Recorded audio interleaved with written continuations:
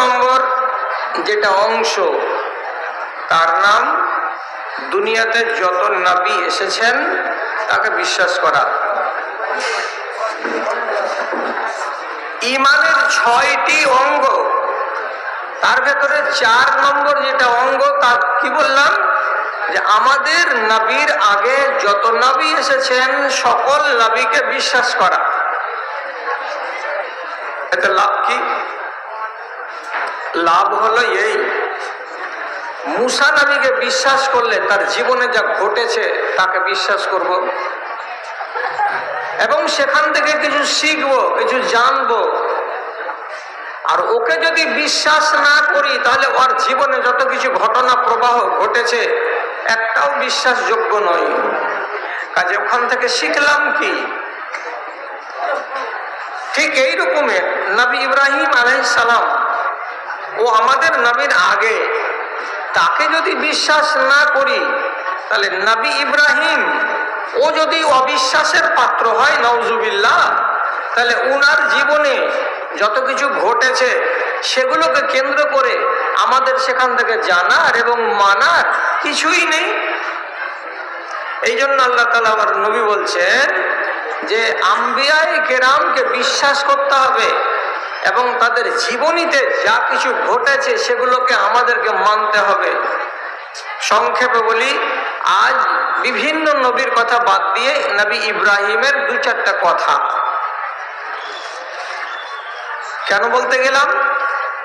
নবী ইব্রাহিমের আমাদের উপরে যত অবদান আছে অন্য নবীর আমাদের উপরে তত অবদান নেই। এই জন্য নবী ইব্রাহিমের 2-4টা কথা আপনাদেরকে শোনাচ্ছি। হ্যাঁ, যদি নবী ইব্রাহিম না হতেন তাহলে আজ ঈদুল আজহার দিন 15,000 টাকা দামের খাসি কিনে এনে আপনি কুরবানি করতেন না। এটা কার স্মৃতি? হযরত ইব্রাহিমের। আজ 3 লক্ষ টাকা খরচ করে কাবার মাঠে গিয়ে, কাবার প্রাঙ্গণে গিয়ে সাফা আর মারওয়া 7 বার দৌড় লাগাতেন না। এটা কার স্মৃতি? নবী ইব্রাহিমের স্ত্রী হাজেরা দৌড়েছিল পানির জন্য 7 চক্কর, তারই স্মৃতি।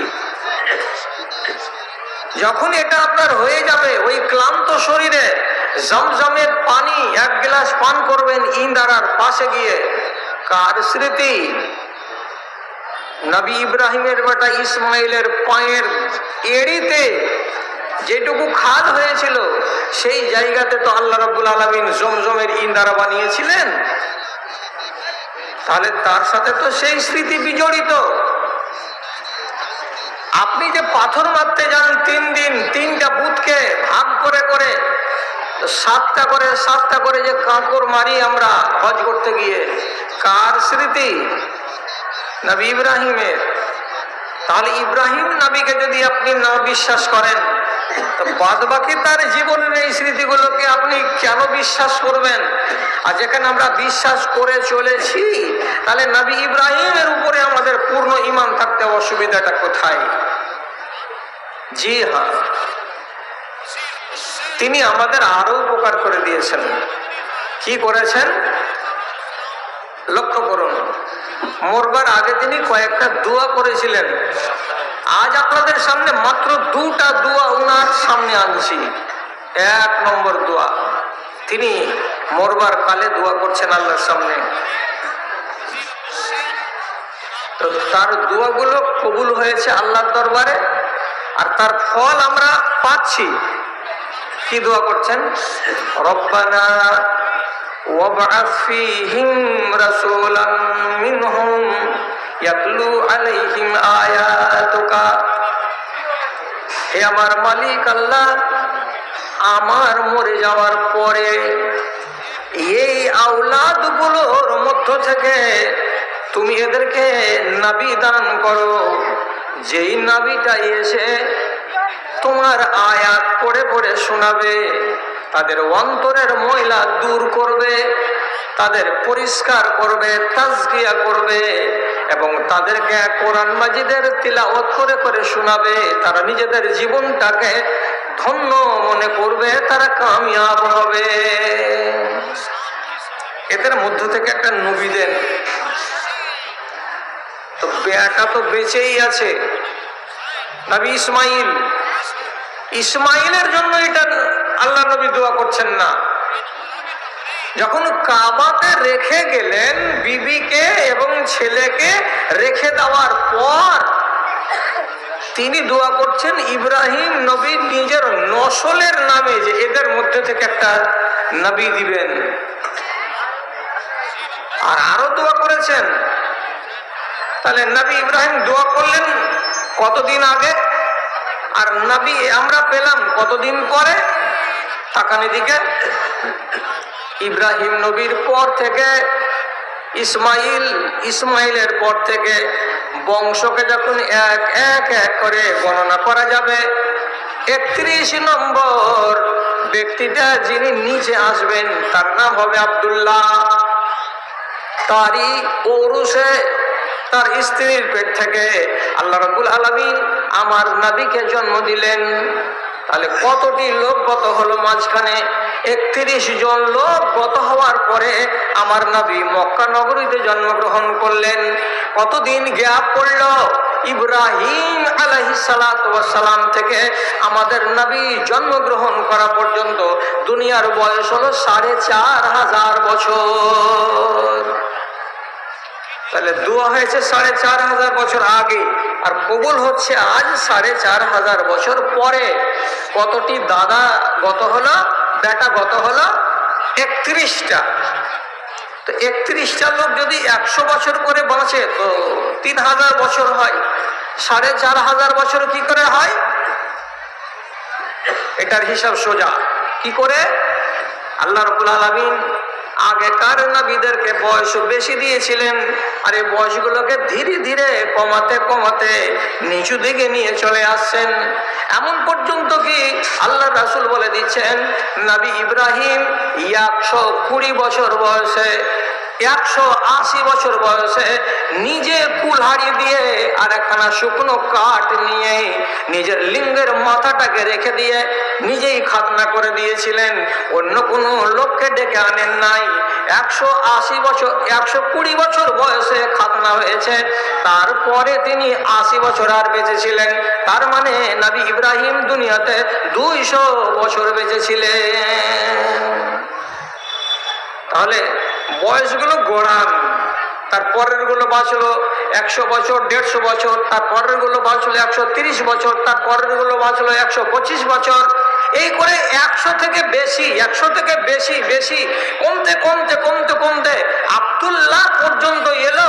৪৫০০ বছর পূর্ণ হলো, আর ৪৫০০ বছরের মাথায় আল্লাহ রাব্বুল আলামিন নবী ইব্রাহিমের দোয়া কবুল করে আমার নবী, বিশ্ব নবী জনাবে মুহাম্মদুর রাসূলুল্লাহ সাল্লাল্লাহু আলাইহি ওয়াসাল্লামকে দুনিয়াতে এনে দিলেন।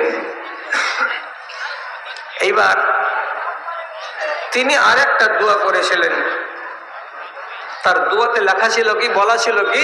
আল্লাহ কোরআনে বলছেন ওয়াজনুবনি রব্বি জাআল হাযাল বালাদা আমিনা ওয়াজনুবনি ওয়া বানিয়া আন না'বুদাল আসনাম।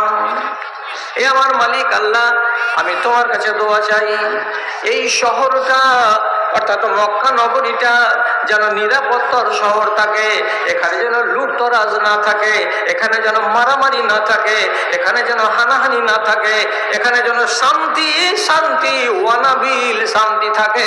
এটা উপায় তুমি আল্লাহ করে দাও। আর একটা এই উপায় করে দাও, আমার বংশের লোকগুলো যেন জীবনে কোনোদিন এরা মাটির পুতুলের পূজা না করে, এরা যেন মাটির প্রতিমার সামনে মাথা নত না করে। এই থেকে আল্লাহ তুমি আমাকে বাঁচাও, আমার পরিবারকে বাঁচাও। তো পরিবংশ থেকে তো নবী পয়দা হবে, আর হলো আমার নবী ৪৫০০ বছর পরে। তো নবী ইব্রাহিমের দোয়াটা কবুল হলো না হলো না, এটা আন্দাজ করুন। জ্ঞানী লোক অনেক বসে আছেন, এত লম্বা সময় চলে আসছে অথচ মাটির পূজা চলছে। ইব্রাহিম নবীর বাপ নিজে ছিল কি প্রতিমার মিস্ত্রি, প্রতিমা তৈরি করার।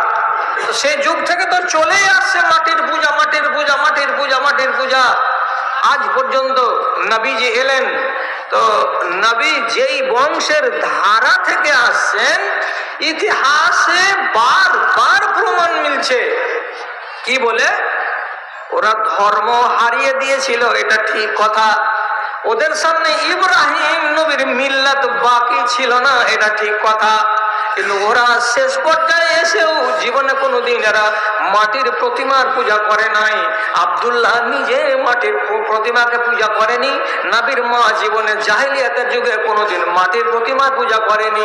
যদিও তারা দিন পায়নি, দিন থেকে সরেছিল, তার জন্য তারাকে মুশরিক বলা হয়েছে। কিন্তু এরা এমন বাজে মুশরিক নয় যারা মাটির খোদার পূজা করে গেছে। আল্লাহ রাব্বুল আলামিন ওই নবী ইব্রাহিমের দোয়ার বরকতে নবীর মাকে এবং নবীর বাপকে এবং নবীর দাদাকে, নবীর পুরো সিলসিলাকে মাটির প্রতিমার পূজা থেকে বাঁচিয়ে রেখেছিলেন। মেনে নিন কথাটা। না মানতে গেলে 4500 বছরের ইন্দারা, যার নাম হলো জমজম ইন্দারা, ইসমাইলের পায়ের তলায় উগেছিল। আর সেই ইন্দারা থাকতে থাকতে থাকতে থাকতে বিরান হয়ে গেল। এত লম্বা দিন থাকে, কবে বিরান হয়ে গেছে। কিন্তু আল্লাহ রাব্বুল আলামিন এই যে তার নবী দোয়া করছে যে আল্লাহ এই শহরটাকে তুমি আবাদ করো, আর এই জায়গাটাকে তুমি নিরাপত্তার স্থান বানাও। আমি আমার ছেলেকে, আমি আমার স্ত্রীকে এখানে রেখে গেলাম, এখানে তো মানুষজন হবে। তাই আল্লাহ তাআলা কাবার নিদর্শনকে জীবিত রাখবেন এবং কাবার আকর্ষণকে যেমন ছিল তেমন রাখবেন বলে তিনি কি করলেন, আবার ভাবলেন যে জমজমের ইন্দারা না থাকতে গেলে একটা দিক অসম্পূর্ণ হয়ে যাচ্ছে। তাহলে জমজম ইন্দারাটাকে কোথায় পাওয়া যায়? দেখেন, জমজমের বন্ধ বিরান নিশ্চিহ্ন ইদারাকে আল্লাহ আবার আবিষ্কার করাবেন তো কাকে দিয়ে? যে বুতের পূজা করেছে তাকে দিয়ে। এইরকম লোককে দিয়ে আল্লাহ তাআলা ইন্দারার খোঁজ দিলেন না, দিলেন কাকে দিয়ে? যারা জীবনে মাটির প্রতিমাকে খোদা বলে মানেনি, যদিও তারা মুশরিক। এমন মানুষগুলো কারা? আল্লাহর নবীর বংশের উপর গতি যত দূর যাবে তারা। নবীর বাপের নাম আব্দুল্লাহ, আব্দুল্লাহর বাপের নাম হল আব্দুল মুত্তালিব। এই লোকটা মুশরিক হতে গেলেও জীবনে কোনোদিন মাটির খোদাকে মানেনি, পূজা করেনি। রাতের বেলায় আল্লাহ রাব্বুল আলামিন তাকে স্বপ্নে দেখিয়ে দিলেন। কি স্বপ্নে দেখলেন? একদিন কাবার পাশে, যেটা গেহারা গোল জায়গা, যেটাকে হাতিম বলা হয়, ওইখানে শুয়ে আছেন। একটা লোক কে যেন এসে বলছে, তোমাকে খাল করতে হবে জমজমের ইন্দারা। কোথায় করতে হবে? যেখানে কাক বসছে, যেখানে মাছি উঠছে ভ্যান ভ্যান করে, যেখানে পোকামাকড় উঠছে চলছে, এমন একটা জায়গায় যেখানে রক্ত পড়ে আছে, যেখানে মাংসের টুকরা পড়ে আছে, যেখানে হাড় পড়ে আছে, এমন একটা জায়গা দেখো, ওই জায়গাটাতে ইন্দারা পাওয়া যাবে, সেটাই তুমি খনন করো। আব্দুল মুত্তালিব সকালবেলায় উঠলেন, উঠার পরে চারিদিকে দেখতে লাগলেন। কোনো জায়গায় তো কাক বসে আছে, দেখতে পাওয়া যায় না। কোনো জায়গায় তো মাছি ভ্যান ভ্যান করে উঠছে, তাও দেখতে পাওয়া যায় না। কোনো জায়গায় যে রক্তের দাগ পড়ে আছে, তাও দেখতে পাওয়া যায় না। আমি কোনখানে এই ইন্দারাটাকে খনন করি? তো ইতিমধ্যে আল্লাহ রাব্বুল আলামিন কি করলেন? এক কসাই বকরি জবে করছিল, দুম্বা জবে করছিল, হাত ফসকে গিয়ে পা ফসকে গিয়ে দুম্বা ওর পায়ের তলা থেকে আধ কাটা অবস্থায় জান বাঁচাতে দৌড়াতে দৌড়াতে চলে আসছে। গরু যেমন ছুটে যায় জবা করতে করতে তো দৌড় লাগায়, তেমনি জানোয়ারটা কসাইয়ের হাত থেকে খানিক কাটা অবস্থাতে দৌড়াতে দৌড়াতে জান বাঁচাতে পালিয়ে আসছে। আর পিছনে পিছনে ওকে ধাওয়া করতে করতে করতে ও চলে আসছে। ধরা পড়লো কোন জায়গায়? এমন এক জায়গায় যেটা কাবার দিওয়াল থেকে খুব বেশি যদি হয়ে যাবে তো 25 থেকে 30 হাত দূরে এক জায়গাতে এসে খাসিটাকে আবার ধরে নিল, আর ওই জায়গাতেই ছুরি চালিয়ে ওকে জবে করে দিল। হাড় মাংস থেকে গেল, হাড় থেকে গেল, মাংস নিয়ে বাড়ি চলে গেল। আর ওই জায়গাতে মশা মাছি এগুলো সব উঠতে লাগলো। আর সেই জায়গাতে হাড়ের টুকরো খাওয়ার জন্য কাক নেমে এলো। আব্দুল মুত্তালিব দূরে থেকে বলছেন, আমাকে তো স্বপ্নে এই দেখানো হয়েছে, তাহলে এই জায়গাতে কোদাল চালাই। কোদাল চালাতে লাগলেন। কোদাল চালাতে চালাতে শেষ পর্যন্ত সেখান থেকে জমজমের ইনারা আবার আবিষ্কার হয়ে গেল। যেই জমজমের ইনারা কতদিন আগে আল্লাহ রাব্বুল আলামিন সেটাকে ওজুদ দিয়েছিলেন, ৪৫০০ বছর আগে, আবার বিরান হয়ে যাওয়া ইনারাকে আল্লাহ রাব্বুল আলামিন নিদর্শন হিসাবে জন্ম দিলেন কার হাত দিয়ে? তো নবীজির দাদা আব্দুল মুত্তালিবের হাত দিয়ে। আব্দুল মুত্তালিব যদি ভূতের পূজারী হতো তাহলে পরে আল্লাহ তাআলা এই নেক কাজটা তার হাতের দ্বারাই করিয়ে নিতেন না। নবী জন্ম হলো, তো নবীকে কি জন্য ইব্রাহিম নবী দোয়া চেয়েছিলেন? হিকমত শিখাবে ওর জাতিকে, কিতাব শিখাবে ওর জাতিকে, ওর আগে কোরআন শিখাবে, এই জন্য সে পয়দা হবে। তো রসুল এসে হিকমত শিখাতে শুরু করলেন, কিতাব পড়াতে শুরু করলেন, ওদের ঈমানকে, ওদের অন্তরটাকে পরিষ্কার করতে শুরু করলেন। অন্তরের ভেতরে আকীদা গলত বসে আছে, ধ্যান ধারণা, সেগুলোকে মুছে টেনে বার করতে লাগলেন। কেন? যে ঈমান যেই বাসনে থাকবে সেই বাসনটা যেন গন্ধা না হয়। কেমন কেমন আকীদাকে পরিষ্কার করলেন। বেশি উদাহরণ দেওয়া যাবে না, কারণ যে টার্গেট 1 ঘন্টা আছে। আমি বলি একটা, একদম সহি কথা বলছি, বাজে কথা নয়।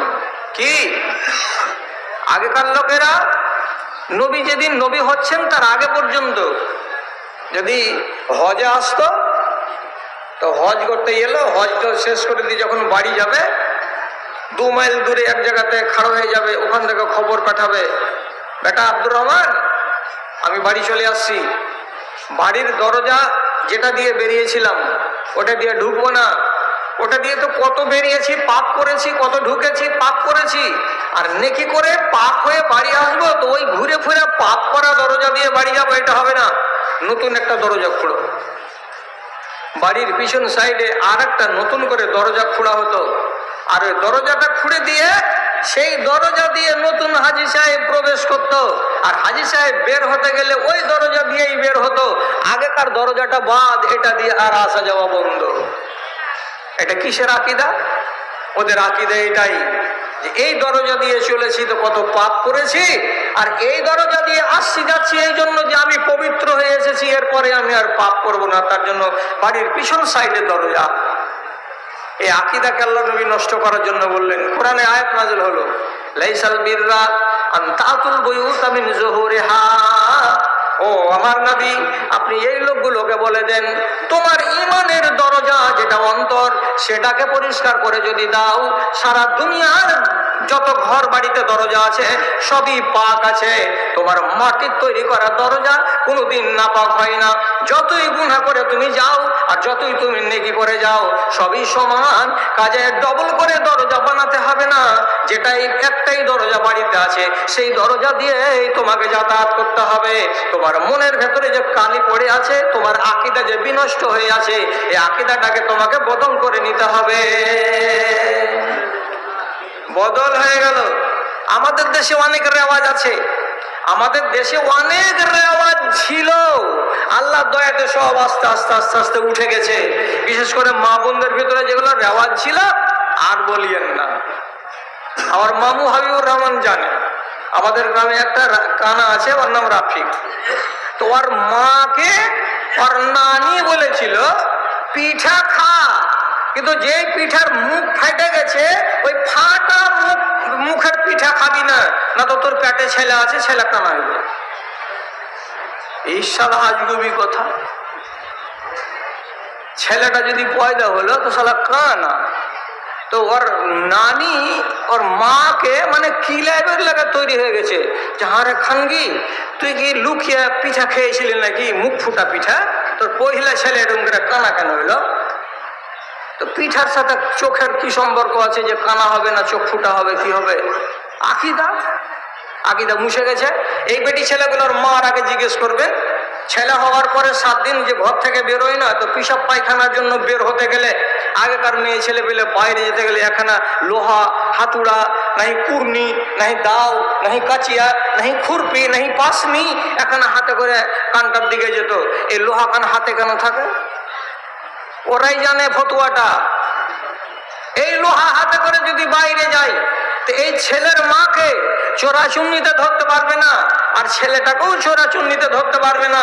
কেন যে একগুলো চোরাচুন্নি আছে দেশে, যাদেরকে মা বোনেরা বলতো ছাইলা খাকা, আর অথচ হুতুম পেঁচা যারা ডাকটা আছে বাজে, শুনতে খারাপ লাগে, সব সময় ও ডাকে না, যখন যখন ডাকে তো ডাকটা মন্দ লাগে। রাতের বেলায় ডাকে তো আওয়াজটা কেমন, হুপ, শুনেননি আওয়াজটা? হুপ হুপ ছাড়া আওয়াজ নেই। এবার এই হুতুম পেঁচা ধরে নিবে, এই কাছিয়াটা হাতে করে যাও তো তোকে ধরবে না, তোর বাচ্চাকে ধরবে না। আর আগেকার মেয়ে ছেলে হয়ে যেতে গেলে জানালা, কপাট, ছেঁদা, ভেন্টিলেট সবকে পুয়াল দিয়া, ছালা দিয়া, বন্ধ করে দিয়া, 3খান 4খান গোইঠাকে জ্বালিয়া ঘরকে ধোঁয়া করে রাখতো। আর ওই একটা 3 দিনের ছেলে অক্সিজেনের অভাবে কতদিন মরে গেছে, তো মা এসে ডাক দিয়েছে, খানকে কয়ে শুনে যে লোহাখান হাতে করে যেস, তো বিনা লোহাতে চলে গেছিল।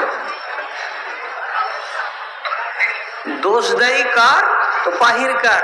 এগুলো হলো আকিদা। সঠিক কথা বলছি, আরবের লোকের আকিদা ছিল, হাসিয়েন না। আর আপনারাকে মানা করছি, কাউকে ঠাট্টাও করিয়েন না। কি কথাটা ছিল? ওরা বলছে, যদি কেউ একজন কোনো ছোট বাচ্চা যার চোখটা টেয়ারা দেখতে পায়, টেয়ারা ছেলে যদি তারা দেখতে পায়, তার একজন আর একজনকে শুনিয়ে বলে, জানিস রে জমশেদ, ছেলেটা টেয়ারা কেন? না ভাই আমি জানি না। টেয়ারা কেন? তো আমি কি জানি? শুন, জ্ঞানের কথা শিখাই। ওকে কানে কানে বলে, কিসের জন্য বাচ্চাটা টেয়ারা হয়েছে? তো বুদ্ধি শিখাচ্ছে, ওকে জ্ঞান দিচ্ছে। কি বলে? আর বাপ ওর মার কাছে যেদিন গিয়েছিল, সেদিন আগের দিক থেকে গমন না করে পিছনের দিক থেকে গমন করেছিল, যার কারণে এই বাচ্চাটা টেরা হয়ে গেছে। আর বাপ যদি এই পাগলামিটা না করতো, নিজের স্ত্রীর কাছে যেভাবে স্বাভাবিক মানুষ গমন করে সামনের দিক থেকে, তাহলে এই বেচারা ছোট ছেলেটার চোখটা টেরা হতো না।